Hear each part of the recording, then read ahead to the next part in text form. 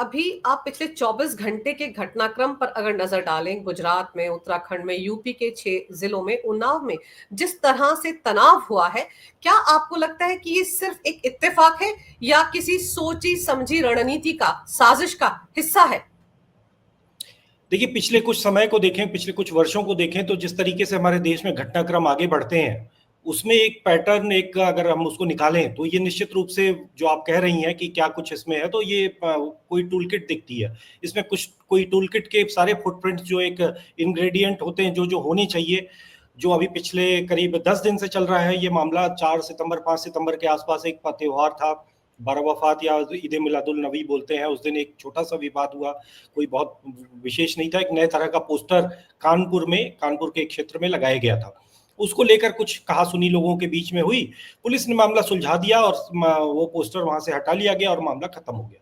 फिर उसके बाद आगे चल के किसी एक दूसरे धार्मिक स्थल पे एक कुछ गाड़ियों से कुछ लोग जा रहे थे जो बरा वफात का एक जुलूस निकालते हैं, उस जुलूस के में शामिल कुछ लोग थे। ये बात मैं अपने मन से नहीं कह रहा हूँ, पुलिस में जो एफआईआर दर्ज की और जो सीसीटीवी की फुटेज वगैरह उसमें कोर्ट के लिए लगाई है, उससे कह रहा हूँ कि उसमें फिर वो एक मंदिर के पास कुछ चीजें थी जिसको उन्होंने तोड़ा फाड़ा। एक बेसिकली एक बैनर था, एक पोस्टर था, और उसको उन्होंने फाड़ दिया। फाड़ने से एक विवाद पैदा हुआ, एक तनाव पैदा हुआ। कोई हिंसा, ऐसी विशेष कोई हिंसा हुई ऐसा नहीं था। पुलिस ने वहां पर भी मामला रफा दफा करा दिया। आप देखिए कैसे एक टूल किट काम करता है। एक शहर में, एक जगह पे, कानपुर में 2 जगहों पर 2 छोटी छोटी घटनाएं थी। दूसरी घटना गायब कर दी गई, जहां पर बहुसंख्यक जनसंख्या हिंदुओं पर के विरुद्ध एक आपने कार्रवाई की, वो चीज हटा दी गई। और ये जो पहला जो एक पोस्टर था, पोस्टर पे आपत्ति स्थानीय हिंदुओं ने की थी, क्योंकि वो पहली बार लगाया गया था, विचित्र था वो। और एक नए तरीके का लोगों के लिए, पहले वहां कोई परंपरा नहीं थी, ऐसी कोई धार्मिक आयोजन की कोई परंपरा नहीं थी, तो इस पे लोगों ने आपत्ति की, भाई इस पे आगे चल के कोई समस्या होगी। पुलिस ने, चूंकि वहां पर आजकल उत्तर प्रदेश में ही एक व्यवस्था है कि भाई जो आप पहले जो परंपरा है वो तो आप पूरा कर सकते हैं, नई कोई परंपरा नहीं डाली जाएगी, तो पुलिस ने उसको हटवा दिया और मामला शांति से खत्म हो गया। लेकिन अगले दिन एक स्थानीय मीडिया, जब भी कोई टूल किट होता है तो टूल किट में मीडिया, सोशल मीडिया अपनी तरह से अफवाहें उड़ाता है, वो तो करता है। एक मेन स्ट्रीम मीडिया उसको वैलिडेट करता है, और उस मेन स्ट्रीम मीडिया में वो बड़े ही योजनाबद्ध तरीके से वो चीज को ये बताया गया कि एक पोस्टर था, उस पोस्टर को हटाने के कारण विवाद हो गया। अब अगर वो पोस्टर को हटाने के कारण विवाद हो रहा है, तो वो भाई, अब यहाँ तो भाई आप कुछ भी कह दो। पूर्णिया में दुर्गा माता की प्रतिमा तोड़ दी गई, लेकिन वो तो कोई हिंदुओं को सहना चाहिए, क्योंकि भाई भारत में सेकुलरिज्म है, तो हिंदुओं के लिए तो कोई विशेषाधिकार नहीं है किसी तरह का कोई। लेकिन वो एक पोस्टर चूंकि वहां से हटाकर एक दूसरे स्थान पे लगा दिया गया, तो ये गुस्ताखी मान ली गई, जिसके लिए तरह तरह के नारे हैं, जिस तरह तरह के जुमले पूरी दुनिया में हम सुनते रहते हैं, और लोगों का जीना हराम कर दिया जाता है। तो वो नारे लगने शुरू हुए और कहा गया कि वहां पर गुस्ताखी हुई है। तो जब गुस्ताखी हुई है, गुस्ताखी को लेकर आपने एक नैरेटिव चलाया, मीडिया ने उसको वैलिडेट किया, और फिर वहां से एक चिंगारी जो है वो एक शुरू होती है। कानपुर से उन्नाव जाता है, उन्नाव से और भी उत्तर प्रदेश, पूर्वी उत्तर प्रदेश के जिलों में कुछ प्रदर्शन होते हैं, फिर वो बिहार में जाता है, चूंकि वहां पर चुनाव है। और दूसरी बात है कि ये पूरी टाइमिंग आप देखिए कि टाइमिंग पूरी तरह से रखा गया कि जब नवरात्रि शुरू होगा हिंदुओं का पर्व, तो नवरात्रि की से पहले तनाव होना चाहिए। दूसरी बात है कि इस पूरे टूल किट में के पीछे जो लार्जर रीजन है, जो बड़ा कारण है, जो हमको एक राष्ट्र के रूप में देखना और समझना चाहिए, कि एक पूरा समुदाय है जिसका धैर्य जवाब दे रहा है। कुछ दिन पहले ही, 4 दिन पहले ही अभी वक्फ का निर्णय आया। वक्फ का निर्णय, जो आशा थी, जो कानून कहता है भारत का, जो संविधान कहता है, उसके अनुरूप निर्णय था। उसके उसके ऊपर भी कुछ छूटें मिल गई, उसके ऊपर भी, क्योंकि भाई कर्नाटक के मंदिर में, या फिर वहां पे मैसूर के दशहरा में, तो एक मुस्लिम महिला, एक कन्नड़ लेखिका जो बानू मुश्ताक है, वो तो जाएंगी, क्योंकि भारत का कानून, रूल बुक ये कहती है कि भाई आप किसी को रोक नहीं सकते हो किसी धार्मिक आयोजन में। लेकिन वक्फ बोर्ड, जो कि एक कानून, जो लीगल बॉडी है, जो कोई धार्मिक, वो कैसे पूजा की जाए, कैसे किया जाए, रीति रिवाज निभाए जाए, इसका निर्णय वक्फ नहीं करती है। वक्फ एक तरह की प्रॉपर्टी की मैनेजमेंट बॉडी है। लेकिन उसमें कितने हिंदू हो, कितने मुस्लिम हो, उस चीज पर ऑब्जेक्शन था, और कोर्ट ने भी उसको लेकर एक तरह का लाइन खींच दी। तो एक बार बार आपने छूट भी पाई, एक आपने दबाव बनाया और दबाव बनाकर छूट पाई। तो अब आपको एक लग रहा है कि अगर हम, भाई और कुछ आपको मिला नहीं, आपको जो आशाएं थी उससे ज्यादा की आशा थी, अब आप दबाव बनाना चाहते हो। दबाव बनाने के लिए एक टूल किट एक्टिवेट जी होती है, जो कि अब हिंसा के रूप में, क्योंकि स्ट्रीट पावर ही उनकी अल्टीमेट पावर है, और उसी के दम पर उन्हें लगता है कि वो सरकार को, जुडिशरी को और देश के पूरे सिस्टम को दबा और डरा सकते हैं। बिल्कुल।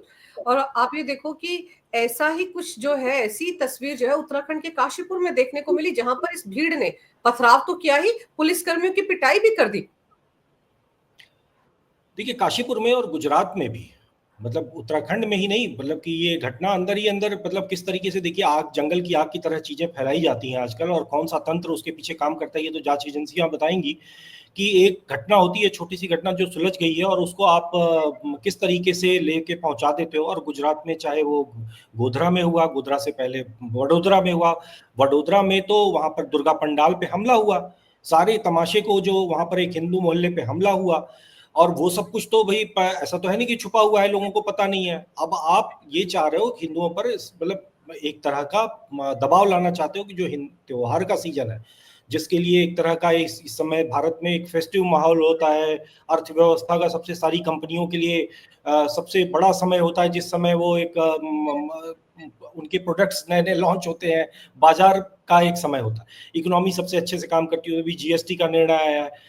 अब इस सब रंग में आपको भंग मिलाने का जो एक तरीका है वो आपने करा है, और इसमें पूरी फुटप्रिंट जो है इंटरनेशनल टूल किट की दिखती है, इसमें पूरी टूल किट जो है वो हमारे मुख्य विपक्ष की दिखती है, और पूरी एक टूल किट जो हमारी स्थानीय स्तर पर जो एक विभाजनकारी शक्तियां हैं, जो एक मतलब भारत के प्रति एक शत्रुता रखने वाली शक्तियां हैं, उनका एक तरह का ये दिख रहा है, कुछ ना कुछ अंदर अंदर चल रहा है।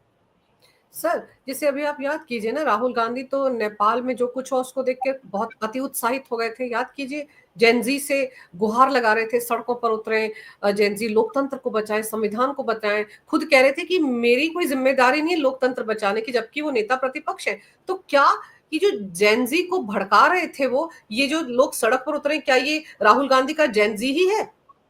देखिए, और तो जितने भी जेनजी थे उन्होंने राहुल गांधी को ठेंगा दिखा दिया। दिल्ली के जेनजी ने दिल्ली यूनिवर्सिटी के इलेक्शन में ठेंगा दिखाया उन्हें, जो बढ़िया। हैदराबाद सेंट्रल यूनिवर्सिटी में पहली बार 7 की 7 पोजीशन पे एबीवीपी जीत गई, वहां पर राहुल गांधी को ठेंगा मिला। और भी कई जगहों पे छात्र संघ के चुनाव हुए हैं इस समय, और उन सभी में एनएसयूआई यानी कि राहुल गांधी का सफाया हो गया। और ये निश्चित रूप से जेनजी ही तो थी, ये तो जेनजी है, ये तो असली जेनजी है, तो इन्होंने तो आपको दिखा दिया कि भाई आपके साथ वो कितना है। अब दूसरी एक जेनजी है इस देश में, जिन्होंने अपने दो दो देश ले लिए हैं ऑलरेडी, उनके जो पीछे की जन वाले थे उन्होंने अपने दो देश ले चुके हैं। अब वही उनके एक लॉयल जनरेशन है। वो लॉयल जनरेशन जो है वो उनको वोट भी देती है, वो उनके लिए स्ट्रीट पावर का भी काम करती है, सड़कों पर उतरती भी है। तो ऐसा लग रहा है कि वही एक जेंजी पे उनका आसरा बचा हुआ है, वही जेंजी उनके लिए काम आएगी, और वो दिख रहा है, वो चीज करते हुए दिख भी रहा है वो। और फिर चंद्र प्रकाश जी, ये भी याद रखना चाहिए कि 2024 के लोकसभा चुनाव के दौरान राहुल गांधी ने ये स्टेटमेंट दिया था, पूरे देश में केरोसिन छिड़का हुआ है, तीली लगाने की देर है। तो ये अलग अलग राज्यों में जिस तरह से अचानक से बिना प्लान किए हुए ये धरने प्रदर्शन करने की कोशिश की गई, रैलियां निकालने की कोशिश की गई, यानी कि कहीं ना कोई ऐसी ताकत है जो इनको गाइड कर रही थी, इस टूल किट को बता रही थी कब कहां कैसे करना है, नवरात्र से एक दिन पहले करना है, वो रात जब ज्यादातर जगहों पर पंडाल बन चुके होते हैं, वहां पर पूजा अर्चना शुरू हो जाती है, जोत को लाया जाता है माता रानी की, ये सब कुछ उस वक्त हो रहा था, और तभी ये सब लोग सड़कों पर उतरे। बिल्कुल, देखिए, ये टाइमिंग बहुत बड़ी महत्वपूर्ण है, टाइमिंग की बात। दूसरी बात है कि जो टूल किट के एलिमेंट्स हम की बात कर रहे थे, कि मतलब टूल किट के कौन कौन से एलिमेंट इस पूरे 10 दिन से चल रही हिंसा में जो है वो देखे जा सकते हैं। एक, आप अच्छा सा नाम चुनते हो, जो कि एक नाम चुना गया है, उसके आधार पर एक हैशटैग बनाया जा रहा है, डीपी डाली जा रही हैं। कुछ तथाकथित हिंदू जो हैं, जो कि अपना धंधा व्यापार चला रहे हैं हिंदुओं के नाम पर, लेकिन वो उनके वोकिज्म के शिकार हैं, या भगवान जाने उनकी क्या समस्या है, वो उस डीपी में बदल रहे हैं। इसके अलावा एक वायलेंस का एक पूरा आप देख रहे हैं क्रम। आपने काशीपुर बोला, आपने उससे पहले गोधरा में पुलिस थाने में। अच्छा, देखिए, गोधरा और वडोदरा दोनों जो है हिपोक्रेसी को दिखाते हैं। दो शहर हैं, वहां पर गोधरा में एक व्यक्ति को, जिसने कुछ भड़काऊ सोशल मीडिया पोस्ट डाली थी, उसको पुलिस ने थाने में बुलाया था, उसको एक तरह से चेतावनी देकर छोड़ने के लिए। तो हमला करने के लिए पूरी भीड़ आ जाती है। वडोदरा में जो है दूसरे पक्ष का भी एक बालक था जिसने कुछ ऐसा काम किया था, पुलिस उसके खिलाफ भी कार्रवाई कर रही है, पुलिस उसको भी अरेस्ट कर रही है। लेकिन अब उसकी तो गर्दन काट दी जानी चाहिए, वो तो उसको तो जीवित रहने का, जिंदा रहने का हक नहीं है। तो आपने उस सजा को देने के लिए उनके पूरे मोहल्लों पे हमला किया, उनके त्योहार पर हमला किया। फिर तो वो एक वायलेंस का एक डिग्री जो है अलग अलग आप जगह जगह टेम्परेचर बढ़ाते हो। फिर उसके बाद आप देखिए जितनी भी वायलेंस है, आप उनमें सारी अगर आप बाइट्स देखें, वहाँ के नेताओं की बाइट देखें, जो उत्तर प्रदेश के से खासतौर से मैं देख रहा हूँ बहुत ही वोकल बाइट्स आ रही हैं कुछ मौलवियों की, जिनके मैं नाम नहीं लेना चाहूंगा यहाँ पे। वो बता रहे हैं कि नहीं, आज ये जो हुआ है वो इसलिए हुआ क्योंकि पिछला जो स्टेप, पिछली जो हिंसा थी वो हमने किया था, तो हमारे खिलाफ पुलिस ने क्यों कार्रवाई की। मतलब पुलिस आपको छू नहीं सकती। ये जो विशेषाधिकार था 2014 से पहले एक वर्ग का, कि पुलिस आपको छू नहीं सकती, कोर्ट आपको सजा दे नहीं सकती, भारत का कानून आप पे लागू नहीं होता। तो ये जो पूरी एक व्यवस्था थी, इस व्यवस्था को जब चुनौती दी गई और व्यवस्था जब टूट कर वो देख रहे हैं कि उनके सामने छिन्न भिन्न हो रही है, आज वक्त भी उनके हाथ से निकल रहा है कि भाई हमको तो फ्रीडम होनी चाहिए किसी की भी जमीन जाकर हड़प लेने की। ये कौन, हम हमसे ये छीन कौन सकता है।